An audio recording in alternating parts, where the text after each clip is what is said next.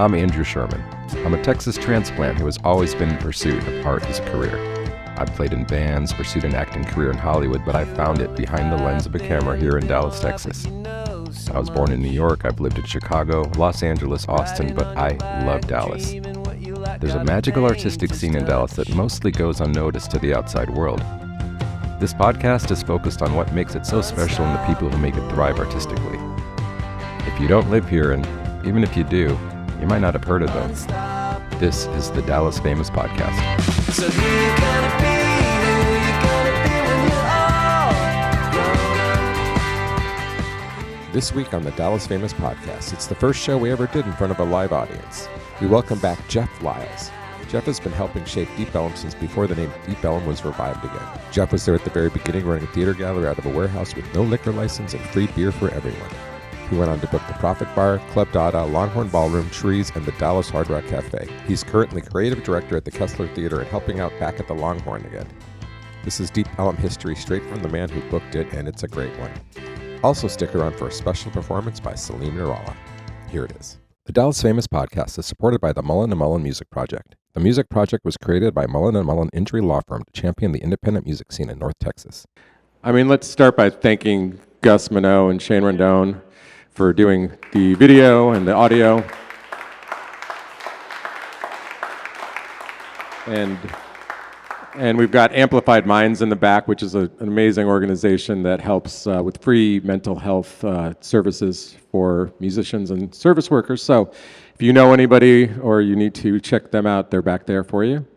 Also like to thank Salim Nourallah, of course, one of my favorite Dallas musicians, and happy to get a private showing. And Jeff Liles is here. So thanks. Yeah. And of course, Scott and Melissa Tucker. This is the Tucker Art Projects Gallery, which is a mouthful to say before every podcast, but I do it anyway. So yeah, we're gonna do it. We're gonna go. So I guess that was the intro, but this is Dallas Famous Podcast. I'm your host, Andrew Sherman, and today we are going to be talking about Deep Ellum, the musical neighborhood, probably one of the most well-known and coolest music neighborhoods in the world. And we've got Jeffrey Liles here. Jeff, how do we describe you? You are a music connoisseur. You were in the band Cottonmouth, right? Cottonmouth, Texas? Cottonmouth, Texas, Yep. and Decadent Dub Team. Yep, and you've helped start, in my opinion, start the rock and roll scene in Deep Ellum. You're one of the people that was at the forefront of booking bands and performing, and there's also the Kessler, which you helped get off the ground. It's one of the most amazing venues in town, and also doing stuff at the Longhorn. So Jeffrey Liles, he's right here for you. So let's start with, before you ever came to Deep Ellum, what was Deep Ellum to you? Well, I was born at Baylor Hospital, so I was born here, basically. Okay. Now that the Tom Thumb in Deep Ellum, or Tom Thumb across the street from Baylor Hospital is in Deep Ellum, I guess I was born here. Great.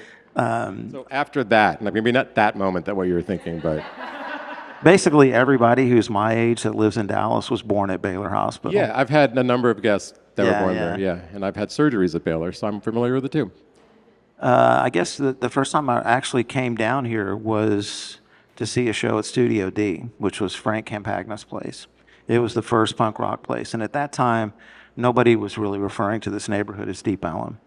They hadn't figured that out yet. They hadn't made the connection to the old history, the Depression era history. So in 84, 83, 84, came down here to see shows at Studio D, Empty Warehouse, Punk Rock Club. I guess it was 1985, the next year after that, I was playing in a band called Group 6. And all the guys in Group 6 were a lot older than I was. I was a kid. They were all about 10 or 15 years older. They used to play at the Hot Club and stuff. Anyway, they were too old to go out and hustle gigs, so I took it upon myself to go look for places for us to play. And I saw a flyer. I can't remember if it was at VVV or Metamorphosis Records, about this art gallery that was letting bands play. And it was a place called Theater Gallery over on Commerce Street, 2808 Commerce. And at the time, Frank was actually helping them book shows. I walked in there in the middle of the afternoon. I met this guy, Russell, who owned the place. And it was obvious that a bunch of people were living there. It was kind of like a squatter's type. It was like an M.C. Escher painting. The whole interior of it was made out of plywood. It was like a giant tree house or something. And the art gallery space was kind of like this. It was right here in the front. From the street, it looked like an art gallery, but there was a door in the back that led to this much bigger room that had like natural light and loft spaces and a stage and it was just this amazing, kind of performance space. And anyway, I asked Russell, can my band play at one of your art openings? And he's like, sure. He didn't even listen to our tape or anything. And I was like, wow, that was easy. So I couldn't wait to get back and tell the guys in the band I got us a gig, So we got together at band practice, and I said, hey, man, I got us a gig at this art gallery. It's going to be fun. They're like, well, we're going to break up the band. So I was like, oh, man. So I got to go back and tell this hippie guy that my band broke up, and that we can't do this. So I walked in there again. I told him, hey, my band broke up. And he goes, would you want to stay here and help me find some bands to play here? And I thought about it, and I didn't have anything else on my plate. So I was like, yeah, sure, I'll do that. And back then, obviously this was, God, I'm going to sound so old when I say this, but this was back before email and cell phones and all this. So if you wanted to book a band and you wanted to like put together, a month's worth of talent to play there, you had to go to their other gigs at other places and wait for them to be finished playing and then go back and meet them and get all their contact info and, explain the whole deal. Oh, we got this art gallery that we let bands play. It doesn't really pay much, but, and that's how I did that. And I would go to all these other clubs on Lower Greenville Avenue and just other, the Twilight Room, places like that. And I'd wait for the band to be done, and then I'd go get all their information and then, put together a schedule like that. And that's how that got started. Was there a lot of times where you couldn't even get a hold of the band, like once you wanted to book them, or? Oh, it wasn't easy at all because all of them have day jobs. Yeah. And it wasn't, like I said, no email, no cell phone or whatever, so you had to catch them when they were near their phone, their home landline, Right. Yeah, they might not have an answering machine yet. So when you first came to Theater Gallery, what did it look like down here? It was an empty, desolate warehouse district. None of this stuff. In the daytime, I mean, there would be cars that would be driving through on their way somewhere else, but it was really kind of dormant. The whole neighborhood was just empty warehouses. And Russell Hobbs, to his credit, he wasn't born here, I don't think, but he had a construction job and had all this leftover material and this money. He just got paid from building this salon or clothes store or something, and he took his money and he rented a building and moved into it and built a bunch of lofts in it and let all of his friends come live there. And I ended up moving in there, and I just threw my bed right on the stage. I slept on the stage every night. That's cool. Jim Heath, Reverend Horton Heat, he lived there for a while. Oh, right, yeah. He was our house sound man, our first sound guy. We just got people rolling in. I like it. Filling up the Jim, seats. at the time, I got to give you a little backstory on Reverend Horton Heat. Jim, when we first met him, was like the only guy in town who played in a band and also owned a PA. So the band he played in was called the Polytones, and his wife at the time was the lead singer. And she was kind of like this Marge Simpson character with this huge beehive haircut. They were like the Dallas B-52s kind of. And Jim would wear these flowered shirts, and he didn't have his rockabilly persona yet. He was just kind of like the Fred Schneider or something of the Polytones. And anyway, Jim and his wife broke up, and their band broke up. And I remember him coming upstairs. We were living in the space directly across the street from Theater Gallery at the time. Was the original Profit Bar over right catty corner across the street from it. And he's like, man, my band broke up, and we're like, well, start your own band. He goes, I can't do that. I can't sing. And Russell's like, man, just if you want to do that, we'll let you do every Monday night downstairs. And that's how he started. And he didn't have any songs. He didn't have any band. He didn't have any, he didn't have a shtick yet, So he just sat there on a stool, on Monday nights and just made the whole thing up. And after he did that for, I don't know, a couple of months or so, this kid named Peter brought his drum set up there and started backing him up on drums. He was a kid from Denton. Peter backed him up for a while, and then this other guy named Jack Barton, Smiling Jack Barton, brought his bass. And so the three of them just kind of created this band on stage, and that's how he got going. Huh. Wow, that's so wild that he didn't think he could sing, because now, like... Oh, he immediately dismissed it. Yeah. He was like, I can't sing. I can't be a band leader or whatever. And the thing was, you know, his wife had just divorced him, and his band had just broken up, so he really didn't have any other options. Okay. You know, but we kind of pressured him to do it just so he could get on a new track and get on a new, you know, lane and do his thing and get his self-esteem back and get his, you know, get his charisma, his thing. Right. I want to, but you said that they didn't call it Deep Ellum. Did they call it something, or is just No. just a neighborhood? No. Deep Ellum as an identity, the second time around, didn't happen until Russell met this guy, Alan Governor. And Alan Governor has written a number of books about the history of Dallas and the history of Deep Ellum, the significance of this neighborhood and the music scene and the culture and of the Prohibition era and all that. And I think once he told Russell all about that, the light bulb kind of went off in Russell's head. You know, like we gotta call it that. We gotta, you know. And I remember him telling me the first time, we're gonna call the neighborhood Deep Ellum again or whatever. And I'm like, really? You know, I mean, you know, I don't know how to say this, but that Deep Ellum, the word, the phrasing, the dialogue there is, or the dialect is African American dialect, and we're a bunch of white kids from the suburbs. Right. You know, I mean, were we really gonna just like co-opt their culture like that? You know, would that really be appropriate? Yeah. And as it turns out, you know, Russell actually went and found these musicians who played here in the Prohibition era and got them to come down here and play. And they were called the Legendary Revelations. And they were all in their 80s, Buster Smith, Chops Arredondo, Alex Moore. And he got them all to come play at the Prophet Bar and stuff. And when he did that, then I was kind of okay with it. Because we weren't really co-opting anymore. We were actually platforming the people who actually made this place happen at the first time. Right. So Theater Gallery was kind of first. Like, what else was popping up after that? Well, Adair's was always here. Adair's was here before that.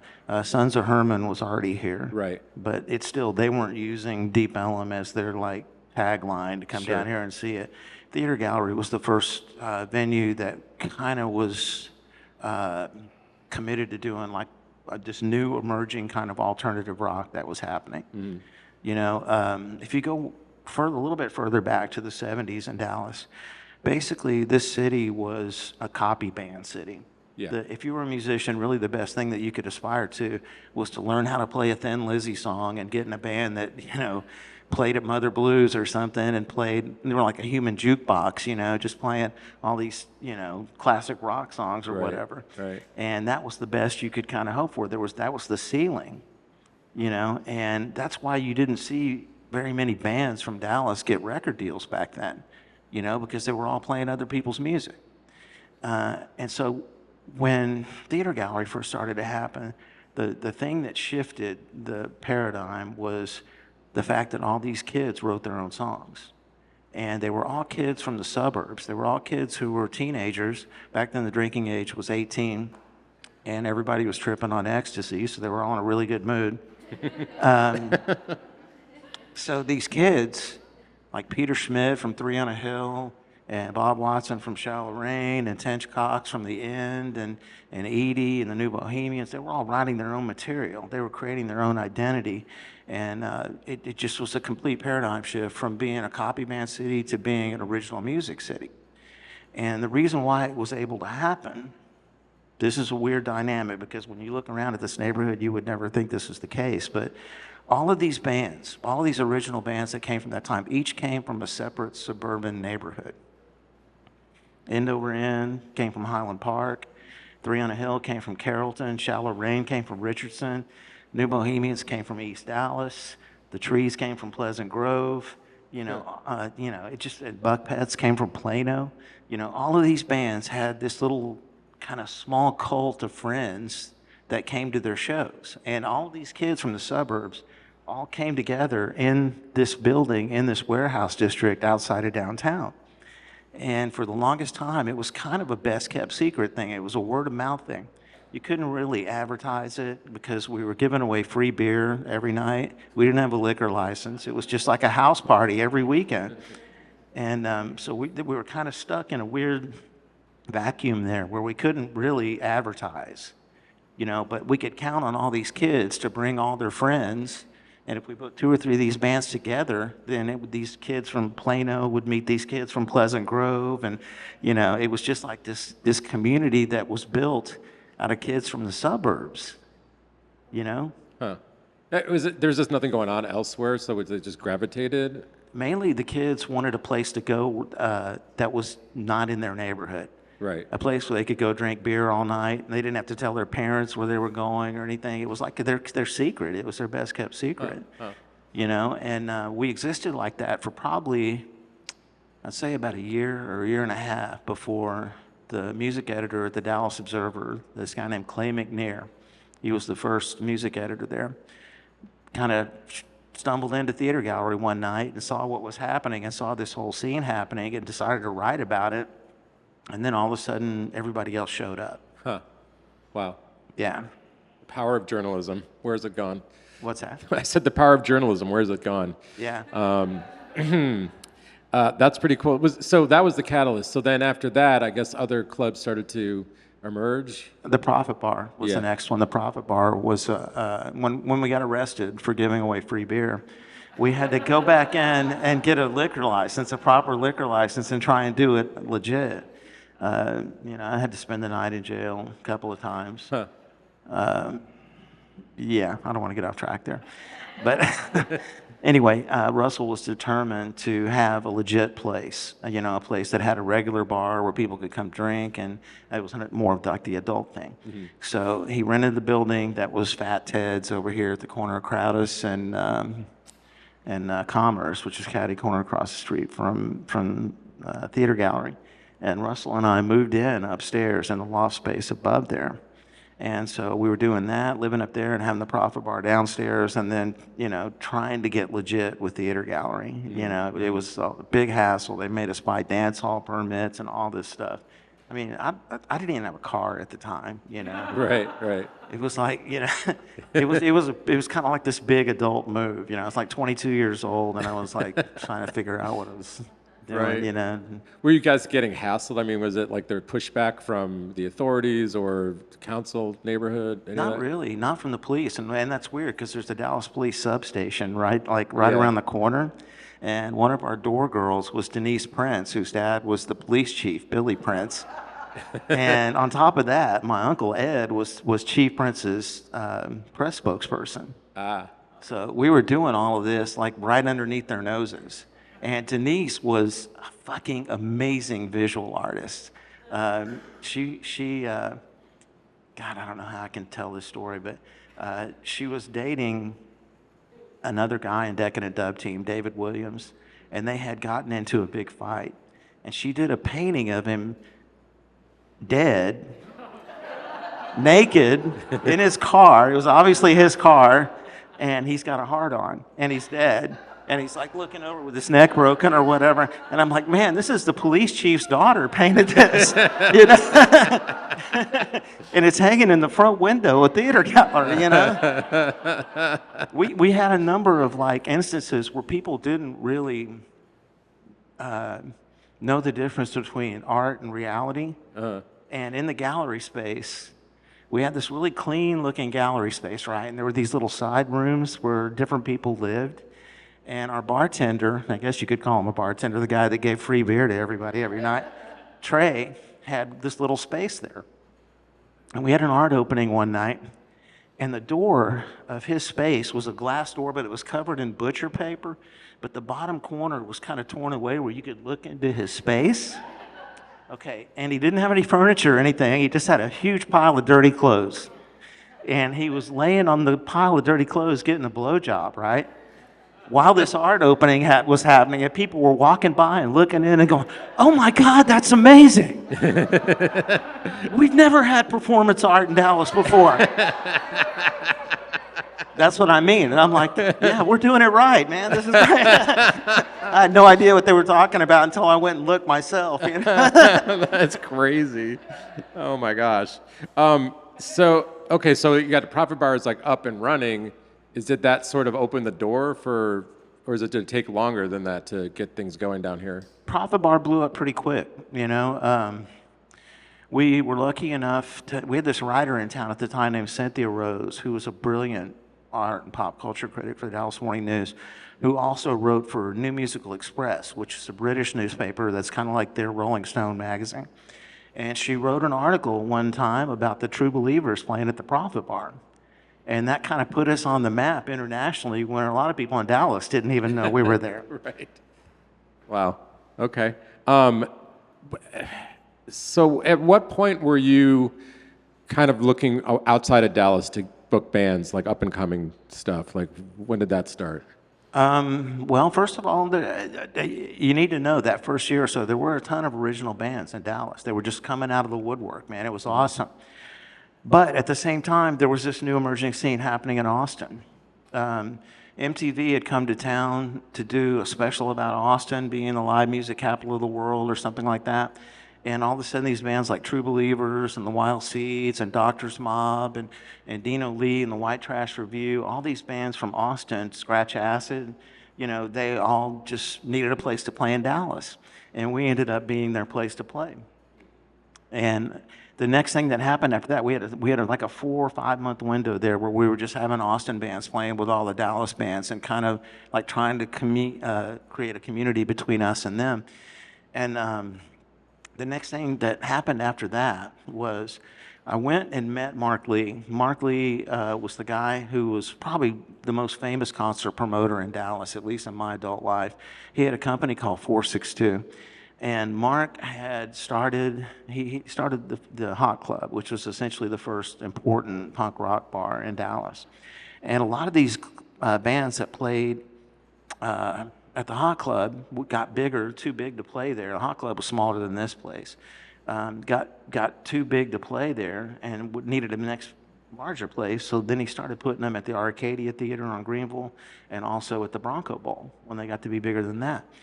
So anyway, I went and met Mark. I told him about the theater gallery and all that, and he started shooting me some bands. And I had a real simple deal with him. I mean, for every ticket we sold, I'd give him $1.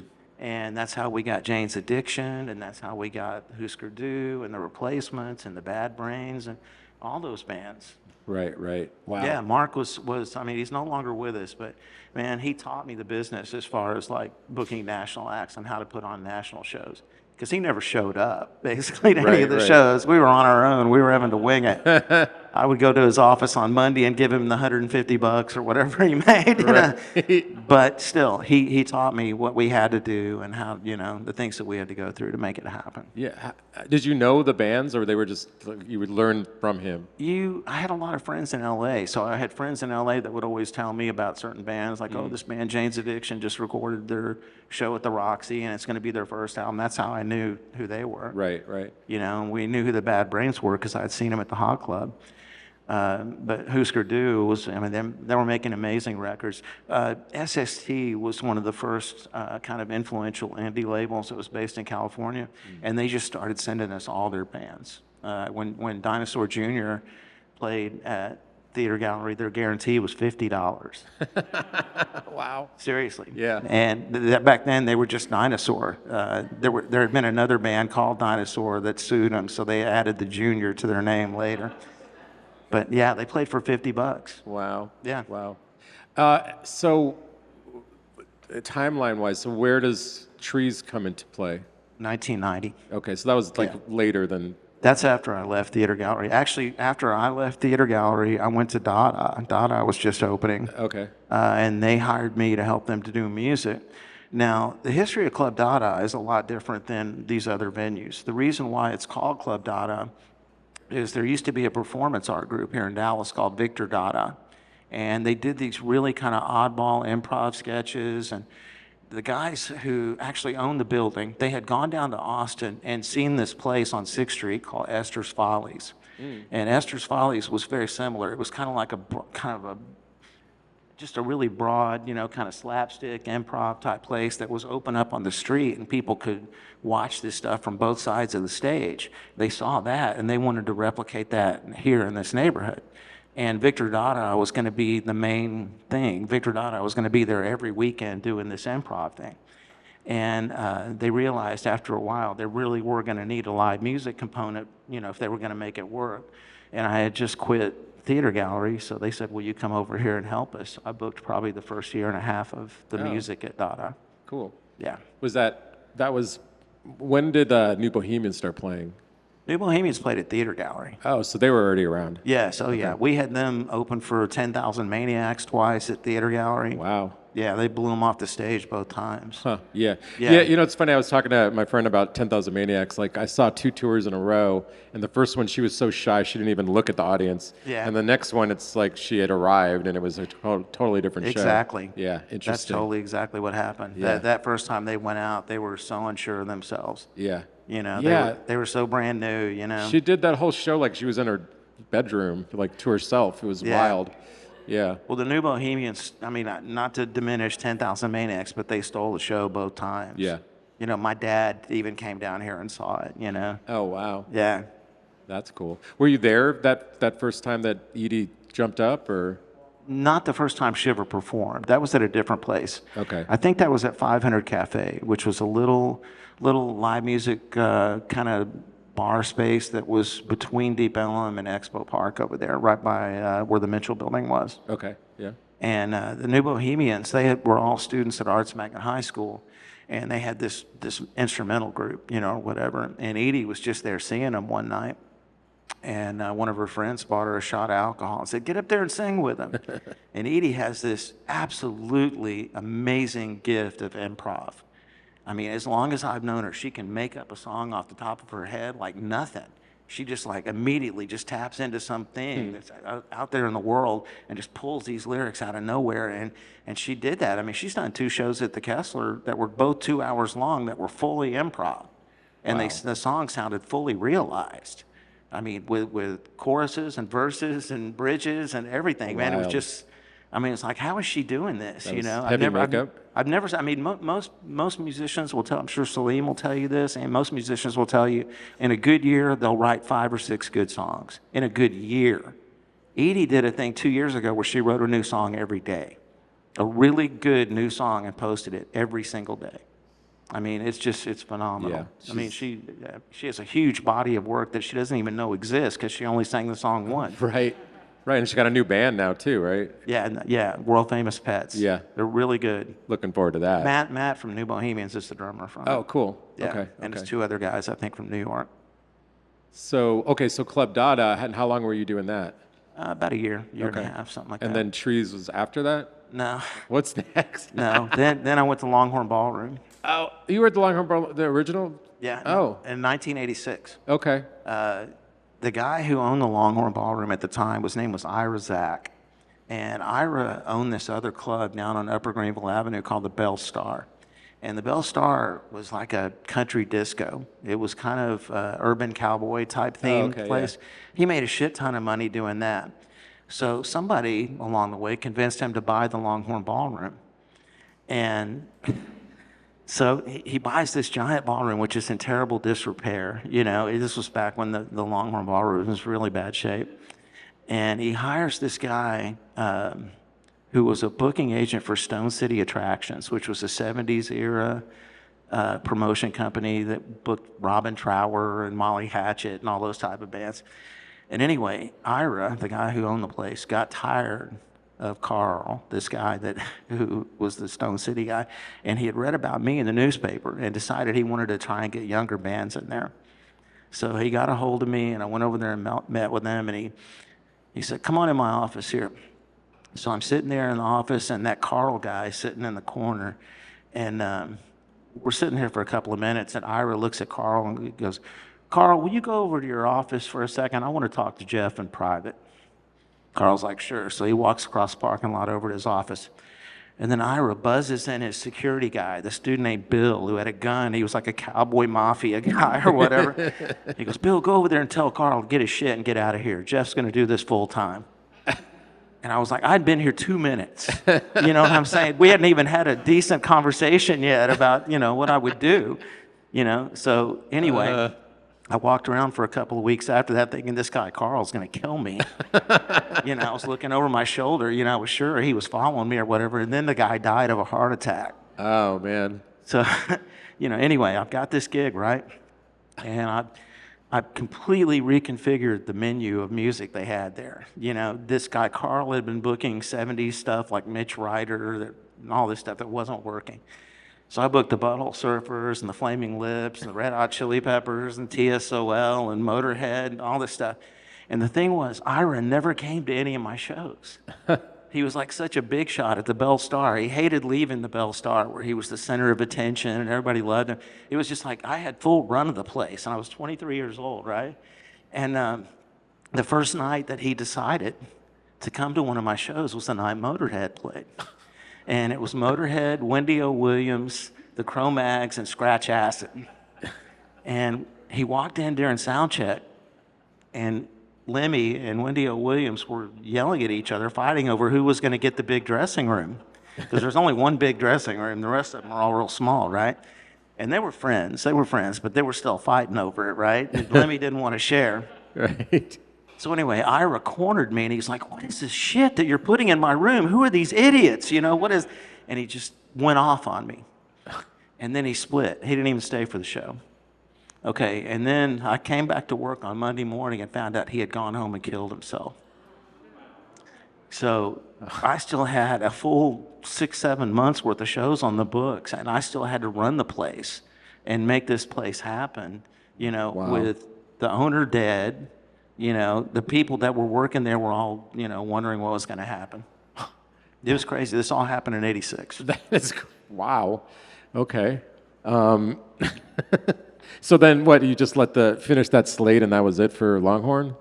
What's that? You just finished that slate of shows and then that was it for the Longhorn, or? No, at the same time, I was also booking the Dallas Hard Rock Cafe on McKinney Avenue, which was interesting too, because Isaac Tigert, the guy, same deal. He had read about me in the newspaper or whatever and really wanted me to come book this place, which was a restaurant, It wasn't really known as a live music venue. And it was the only corporate gig I've ever had in my life, right? Isaac was totally cool. He was an old school hippie, and he and I got along great. But all these corporate guys in their suits and shit, they hated me, because I was walking around barefoot and stuff, and they thought I was not, they did not take me seriously at all. They didn't think I was a serious person. Well, there was two of us booking. It was me and Angus Wynn. And Angus, I had never met Angus prior to that, but I could tell he didn't like me either. And since then, he and I have gotten to become really good friends. So, I love and I adore Angus. But at the time, he didn't know what Deep Ellum was. He didn't know what alternative rock was. He didn't, Angus was from a totally different world. He booked these socialite parties in Highland Park and stuff. And he had Monday nights and I had Tuesday nights. And the bands that Angus was bringing in were like $5,000 and $10,000. And the bands that I was bringing in were like 500, Right. and there was no way we could sell $5,000 or $10,000 worth of tickets on a Monday night and make it work financially. And it was, my shows were covering because they were cheap, but his shows were losing money like crazy, right? And Angus at that point realized he needed me, to kind of like keep the goodwill going between him and Isaac. And I can remember we would have these weekly meetings, and it'd be this big table with Isaac sitting at the head of the table and me sitting to his right, Angus sitting to his left, and then all these like guys in suits, right? Who were all corporate guys who hated the fact we were even doing live music because they had to strike a whole section of tables and chairs to create a stage and make it happen, right? So they resented what we were doing. We were a pain in the ass to them. Right. So I can remember one morning we walk in and Isaac's got this big stack of folders and stuff, and he throws it down on the table and he kind of opens it up and there's this big bag of weed on the top of it. He goes, Jeff, will you roll us a joint? This was like 9:30 in the morning, right?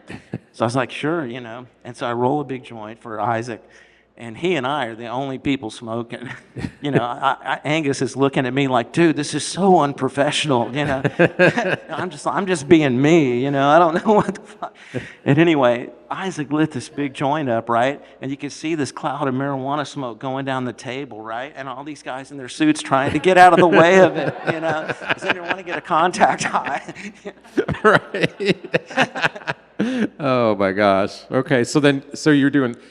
How many venues have you booked for? I know you did the Roxy in LA as well. I didn't actually book the Roxy. I was just a manager there. Oh, okay. Yeah, Megan Jacobs was the booking agent there when I was working there. Okay. That was the 2000s, so that was way down the line. I did hard rock up until the time they decided they didn't want to do live music anymore because it just wasn't cost effective. Sure. And of course, what happened with Ira at the Longhorn, so that that kind of fizzled out. So then, this is how Trees got started. So in 1990, I had always lusted after that building. I really had. I mean, back when we were doing Theater Gallery and Elm Street was completely dead, I would walk over from Commerce Street and just look in the front of Trees. Trees had these big glass windows where you could look in and see the whole thing. And it had a staircase going up the middle of the room. It looked like this old ballroom from like the 30s or something. Everything was made out of wood and all these had these big tree things or whatever. And I thought, my God, this would be the most amazing live music venue if somebody would just get it and do it. Well, to give you an idea, our rent at Theater Gallery was $750 a month. Oh God. Which, I mean, this was a warehouse district, Right. There was nothing down here. Right. The rent at Trees was $3,500, which was astronomical. That's why nobody rented it out at the time. So there was this girl here in town named Jessica Clark, and Jessica hung out with the Daylights a lot. She was kind of their manager, She later went on to manage Cypress Hill and all these other bands in LA. She's any big time music person. But she calls me up one day and she's like, Jeff, this guy Brian rented that building over on Elm Street. He's going to open an oyster bar. We got to go to lunch with him and talk him into doing a live music venue. And I was like, well, what's his deal? She's like, he's like 23 years old. He's right out of school. And he's a rich kid who's got his dad's money, and he loves Cajun food, and he really wants to do an oyster bar, and he doesn't understand how this would be such a great venue. So anyway, we took him to lunch and talked him into it. And this guy, his name was Brian Davis. His dad was Cullen Davis, and he had Cullen Davis's money in his bank account, and that's what we started Trees with. Wow. His Cullen was in trouble with the law, obviously, because of everything that he went through. So he put all his money in his kids' bank accounts. And, Brian was such a open-minded, kid. He was like, sure, you know what? That sounds like more fun than an oyster bar. So we, in May of 1990, that's when we opened up. Wow. And there was some crazy historic shows there. I could ask you a million questions, but I guess we need to hear how you saved Kurt Cobain's life.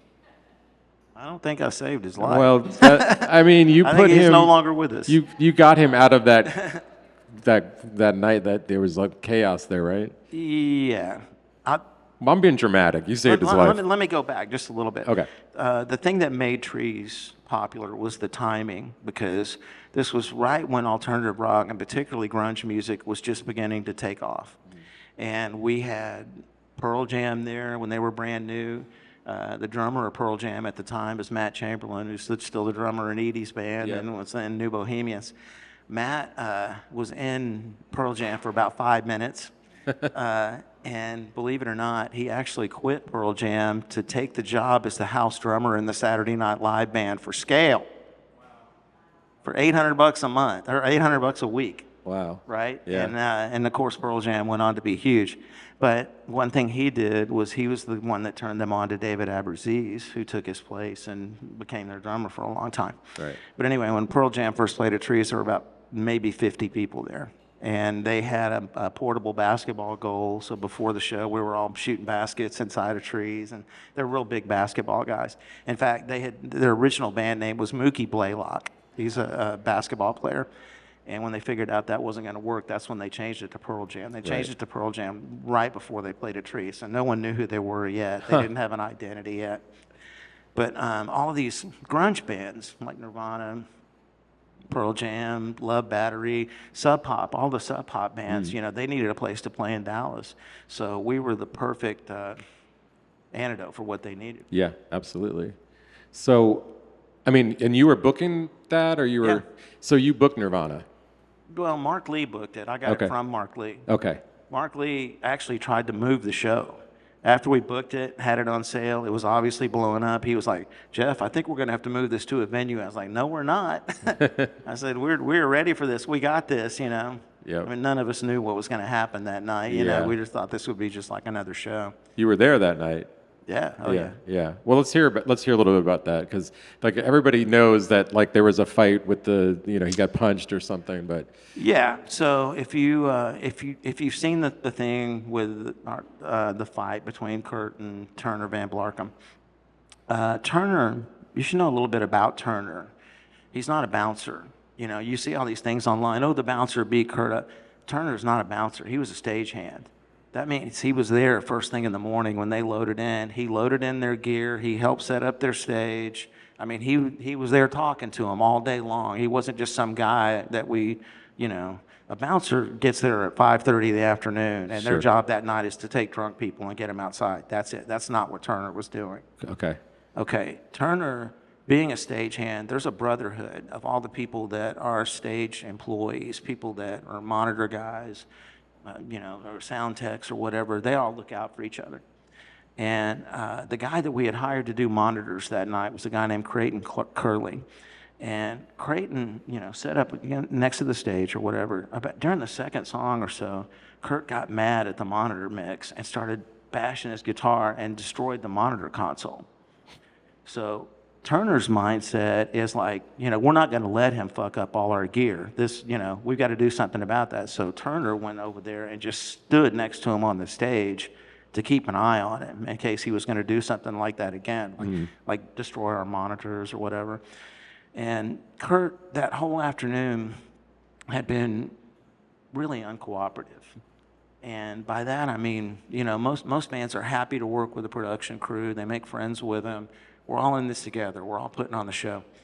Well, in the middle of the afternoon, the guys, the record promo guys from Geffen Records showed up, which is Nirvana's label. And they wanted to have this kind of like meet and greet thing where the band met everybody who worked in the office, and they wanted them to sign all these posters so that they could give the radio stations and all that.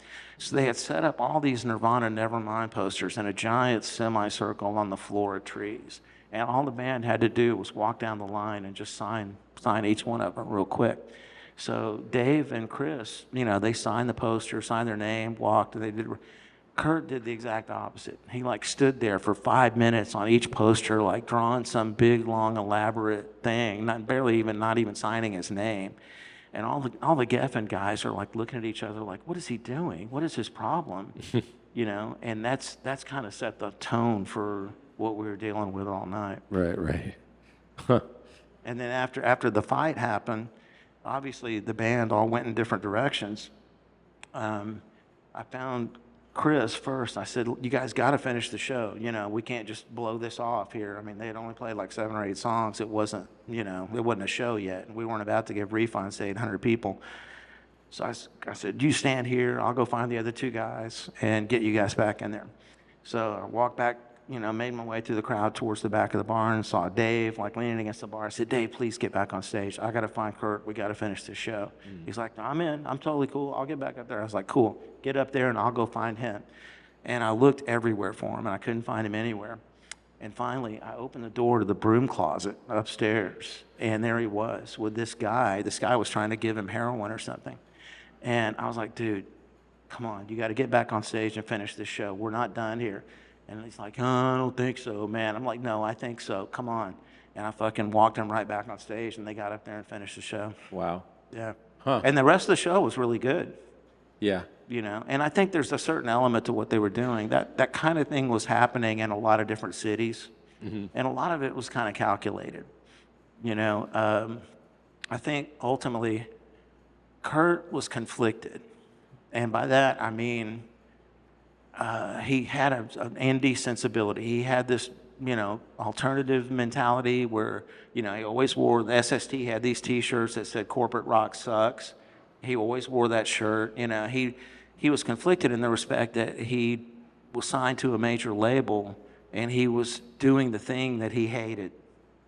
You know, they were getting bigger and bigger and bigger, and a lot of people think you aspire to be big or famous or play big places or whatever. There's a lot that comes with that. Yeah. You got to be mentally together. You know what I'm saying? Otherwise, it all comes apart fast. And it requires a kind of a commitment and a focus, and you can't like fake your way through it, and also you can't really flip the finger at it while you're doing it, because you're doing it. Yeah. And I think that ultimately he was kind of always conflicted in that respect. Yeah, I could see that being a problem. I mean, because, yeah, it's like you're literally, his whole thing was to fight against that, and now he's that, And Chris and Dave both too had their own issues, not really issues, but their own take on it. Like if you notice, after Nirvana broke up, Chris just kind of quit playing music. Yeah. Well, he played with Jello Biafra a little bit, but he wasn't doing a lot of stuff. But he wasn't going to be in a band again and go on tour and all that. Dave, on the other hand, I'll be the front person, and did his own thing, Yeah, absolutely. We're getting toward the end here, so I want to ask you a question that everyone gets asked and nobody has a good answer, but I'm going to ask you anyway. What can people do to help keep Deep Ellum like a music-friendly destination? That's tough, and the reason why it's tough is because you got to think of it from a real estate developer's point of view. Okay, a live music venue is open 2 or 3 nights a week for about 3 or 4 hours at a time. That doesn't generate a whole lot of revenue. It's also risky. There's some nights when no one shows up, or the show bombs or whatever. So it's kind of an economically precarious. On the other hand, the real estate person, in their mind, they think, I could put a restaurant here or a condominium or something where it's generating revenue 24/7, 365. I don't have to wait for the weekend, to do that. So the reason why we were able to do this here in the first place is because there wasn't this big real estate thing happening. They were happy to be renting the building to anybody. Don Blanton, the guy who was the landlord at Theater Gallery, I remember when he would come to pick up the rent every month, he wouldn't even get out of his car. He would like roll the window down about 3 inches and we'd slip the check through there and then he'd drive off. And that was it. He didn't want any part of any of this. Yeah. He didn't want to know what we were up to. He didn't want to be complicit, Right. It was obvious we were giving free beer to underage people. I mean, that was the hook, Yeah. It was like a keg party every weekend, basically, Right. Well. And that's why. I mean, a lot of people don't realize that, but that's why this neighborhood was able to exist, is because we lured them down here with free beer, and they were all kids from the suburbs who all made friends with each other, and that was kind of a perfect storm of the things happening. And again, the ecstasy was part of it too. Right. Ecstasy was legal there for like 2 years, and everybody in every nightclub in town was doing it. So that put everybody in a really good mood. You know what I'm saying? It just, Yeah. Of course, by the time the Nirvana show happened in 1990, ecstasy wasn't legal, and people weren't taking it anymore. Right. So there's angry all the time. Yeah. Things got rough. Yeah. So. I want to thank you for coming. I've really enjoyed getting to know you at Longhorn and Kessler. There's some really cool stuff coming up at both. So it's maybe end it like with a little story about your finding Edwin and Kessler. Okay. I'd moved out to Los Angeles. I was managing the Roxy, and Edwin called me out there. I didn't know him. He didn't know me. He said he had just bought this building in Oak Cliff, this old movie theater, and was thinking about doing it and thinking about doing something with it. In reality, what he was doing, his wife is a dance teacher. She teaches kids dance lessons, and he bought it for her originally. Huh. And that was the main thing, right? And kind of like Dada, shifting and doing live music, he kind of got this idea in his head. Actually, it was a music writer from the Dallas Observer named Jesse Huey, whose kid took dance lessons from Edwin's wife. Mentioned to him one night, hey, you ought to do live music here.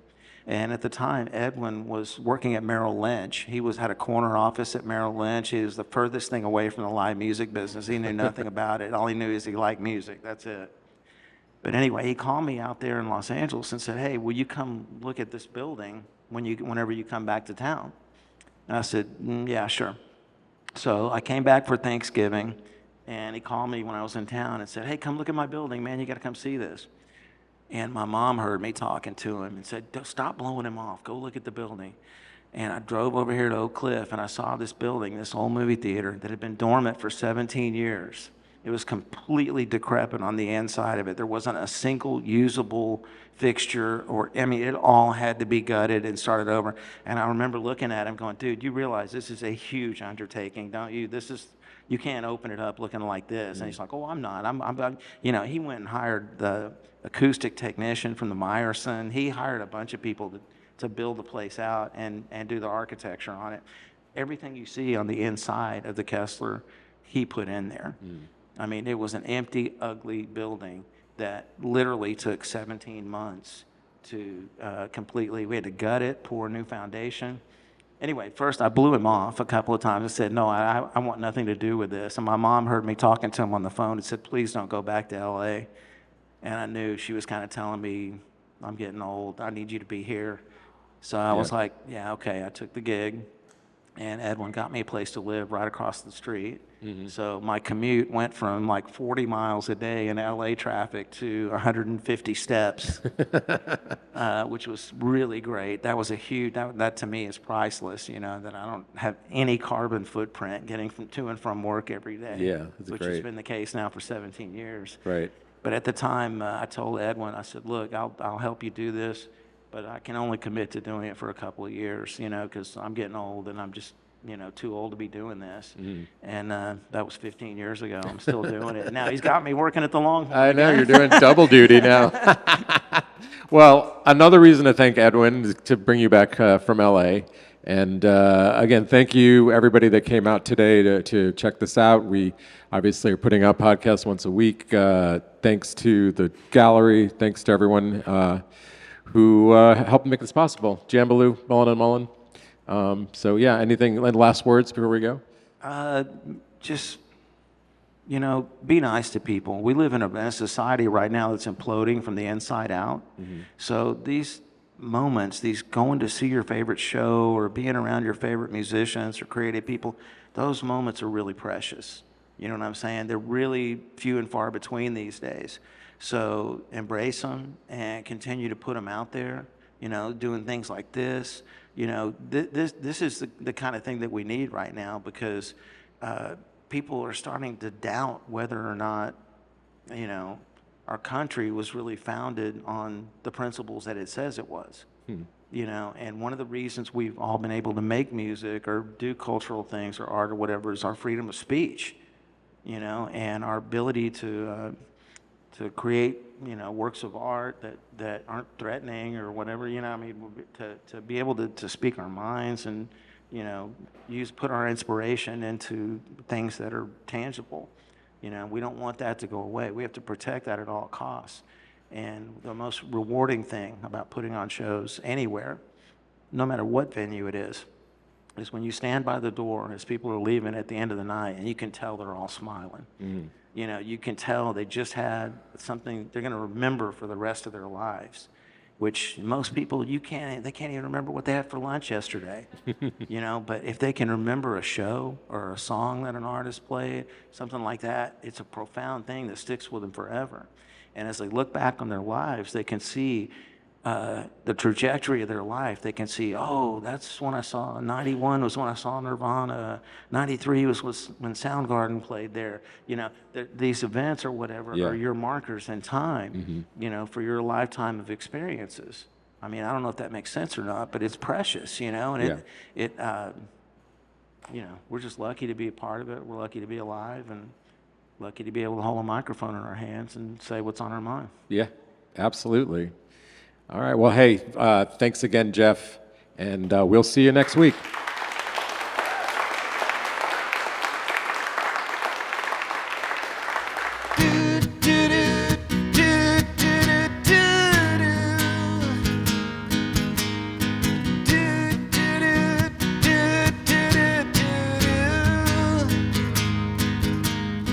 You're only 5 billion been alive, but you know so much. Riding on your bike, dreaming what you like out of painter's touch. You're unstoppable, unstoppable. Swimming in a pool under tight shoes, going off to school. We struggle to let go, teach you what we know, but then time is cruel.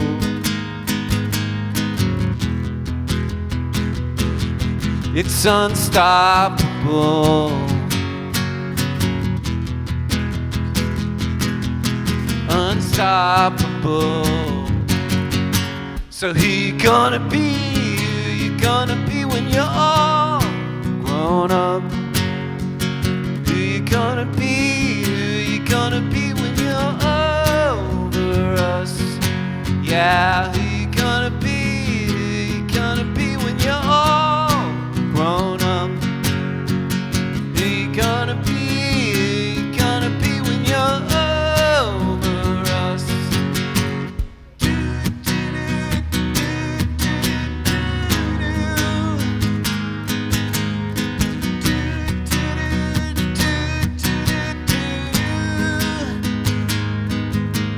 Bus for today, I'll sit and watch you play. It's the greatest time. You're pure delight, mischief in your eyes, and you've got this mind that's unstoppable. You're unstoppable. So who you gonna be? Who you gonna be when you're all grown up? Who you gonna be? Who you gonna be when you're over us? Yeah, who you gonna be? Who you gonna be when you're all grown up? Who you gonna be? Who you gonna be when you're over us?